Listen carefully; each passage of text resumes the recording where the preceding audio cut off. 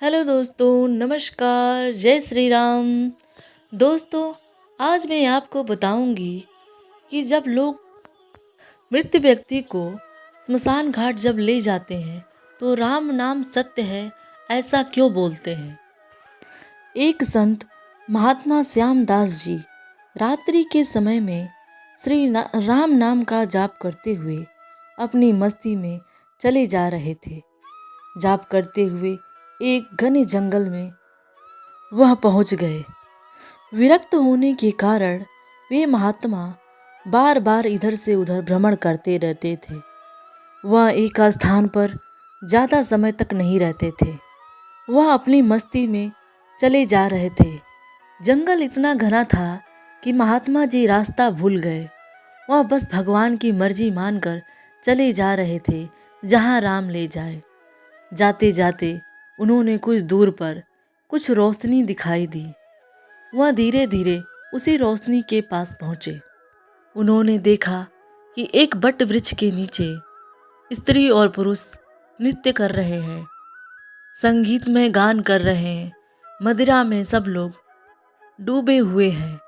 महात्मा जी को एहसास हुआ कि यहाँ सभी आत्माएं हैं। अनेक प्रकार के वाद्य यंत्र बज रहे थे। वह स्त्री पुरुष खुद नाचते हुए हंसते और औरों को हंसाते। महात्मा जी को देखकर एक प्रेत ने उनका हाथ पकड़ लिया। उसने कहा, हे मनुष्य, चलो, तुम्हें हमारे राजा बुला रहे हैं। महात्मा जी राम नाम का जाप करते हुए मस्त होकर उस राजा के पास पहुँचे। उन्होंने देखा कि एक प्रेत महाराजा सिंहासन पर बैठा हुआ है और उसके अगल बगल सभी प्रेत आत्माएं घूम रही हैं। उस राजा ने महात्मा जी से कहा, तुम यहाँ क्या कर रहे हो? तुम्हें हमसे डर नहीं लगता? तुम्हें दिखाई नहीं देता कि हमारा प्रेत समाज आज कितना आनंदमय हर्षोल्लास के साथ नृत्य कर रहा है? क्या तुम्हें मृत्यु का भय नहीं है? तभी महाराज ने कहा, महात्मा जी ने कहा, मृत्यु का भय? किसको मृत्यु का भय? क्या आप मुझे जिंदा समझते हैं? हम साधु लोग तो मौत को भी आनंद उल्लास के साथ मनाते हैं। यह तो देव परिवर्तन है, जो यह प्रारब्ध के बिना किसी से हो नहीं सकता। तभी उस प्रेतराज ने कहा, क्या आप हमको जानते हैं? हमारे समाज से तो सारा मनुष्य कांपता है और आपको डर भी नहीं लग रहा।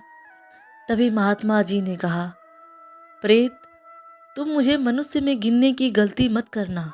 हम जिंदा दिखते हुए भी जीने की इच्छा से रहित हैं। यदि तुम जिंदा मानो तो भी हमारा कुछ बिगाड़ नहीं सकते। जीवन और मरण तो सभी कर्माधीन है। महात्मा जी ने कहा, मैं तुमसे एक प्रश्न पूछता हूँ। महात्मा जी की ऐसी साहस देखकर उस प्रेत राजा ने सोचा कि हमारे ऐसे समाज को देखकर मनुष्य कांपने लगते हैं, लेकिन ये तो हमसे एकदम निर्भयता से बात कर रहे हैं। तभी प्रेतराज ने महात्मा जी से कहा, पूछिए, क्या पूछना चाहते हैं? महात्मा जी ने पूछा, आज यहाँ पर इतना नृत्य संगीत क्यों हो रहा है? इतना आनंद उत्सव क्यों मनाया जा रहा है? तभी उस राजा ने कहा, मेरी इकलौती कन्या का विवाह होने वाला है। उसे एक योग्य वर मिलने वाला है। हम लोग उसी की खुशी मना रहे हैं।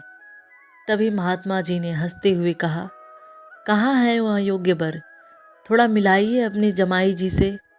तभी उस प्रेत ने कहा, अभी तक हमारे जमाई जी हमारे योनि में नहीं आए हैं। कल शाम तक उनकी मृत्यु हो जाएगी और वह प्रेत योनि में आ जाएंगे, जिससे मेरी पुत्री का विवाह हो जाएगा। हम लोग इसीलिए आज रात भर नृत्य कर रहे हैं, मदिरा पान कर रहे हैं और आनंद उत्सव मना रहे हैं। उस प्रेत ने बताया कि जंगल के किनारे एक गांव है, जहाँ पे एक सेठ का बेटा, जो महादुराचारी होने के कारण एक भयावह रोग से पीड़ित है, उसकी मृत्यु कल संध्या को हो जाएगी और वही मेरी कन्या का पति बनेगा। अब महात्मा जी उस प्रेत से विदा होकर उसी जंगल के किनारे उस गांव में पहुंच गए। उन्होंने एक ग्रामीण से पूछा यहाँ पर सेठ का लड़का बीमार है क्या? तभी उस ग्रामीण ने बताया कि हाँ महात्मा, सेठ जी का लड़का बहुत ही बीमार है। महात्मा जी उस सेठ जी के घर पहुँच गए। उन्होंने देखा कि सेठ की लड़के की हालत बहुत ही गंभीर है।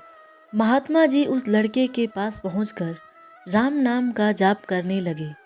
दोपहर होते होते लोगों का आना जाना बढ़ने लगा। महात्मा जी बोले, क्यों बेटा, अब ठीक हो ना? तभी उस सेठ के बेटे ने कहा, उसने अपने सामने एक प्रतापी संत को देखा तो रो पड़ा। बोला, बाबा जी, आप मेरा अंत सुधारने के लिए पधारे हो। मैंने बहुत पाप किए हैं। भगवान के दरबार में मैं क्या मुंह दिखाऊंगा? फिर भी आप जैसे संत के दर्शन हुए यह मेरे लिए शुभ संकेत है। इतना बोलते ही उसकी सांस फूलने लगी। वह जोर जोर से खांसने लगा। तभी महात्मा जी ने कहा, बेटा निराश मत हो। भगवान राम पतित पावन है। तेरी यह अंतिम घड़ी है। अब काल से डरने का कोई कारण नहीं है। खूब शांति से चित्तवृत्त होकर तमाम वेग को रोककर श्री राम नाम का जाप करने में मन को लगा दो। दिन ढलते ही उसकी बीमारी बढ़ने लगी। वैद्य हकीम बुलाए गए, हीरा भस्म आदि कीमती औषधियाँ दी गई, किंतु अंतिम समय आ गया। यह जानकर महात्मा जी ने थोड़ा नीचे झुककर उसके कान में राम नाम लेने की याद दिलाई। राम बोलते ही उसके प्राण निकल गए। लोगों ने रोना शुरू कर दिया। स्मशान यात्रा की तैयारी होने लगी। मौका पाकर महात्मा जी भी वहाँ से चल दिए। स्नान करके जंगल के उसी बट वृक्ष के पास पहुँचे। उन्होंने वहाँ पर देखा कि सब प्रेत आत्माएं वहीं पर है और राजा सिंहासन पर हताश होकर बैठा हुआ था। तभी महात्मा जी ने उस राजा से पूछा, राजन, क्या बात है? आज आप लोग हताश क्यों हो? कल तो इतना आनंद मनाया जा रहा था।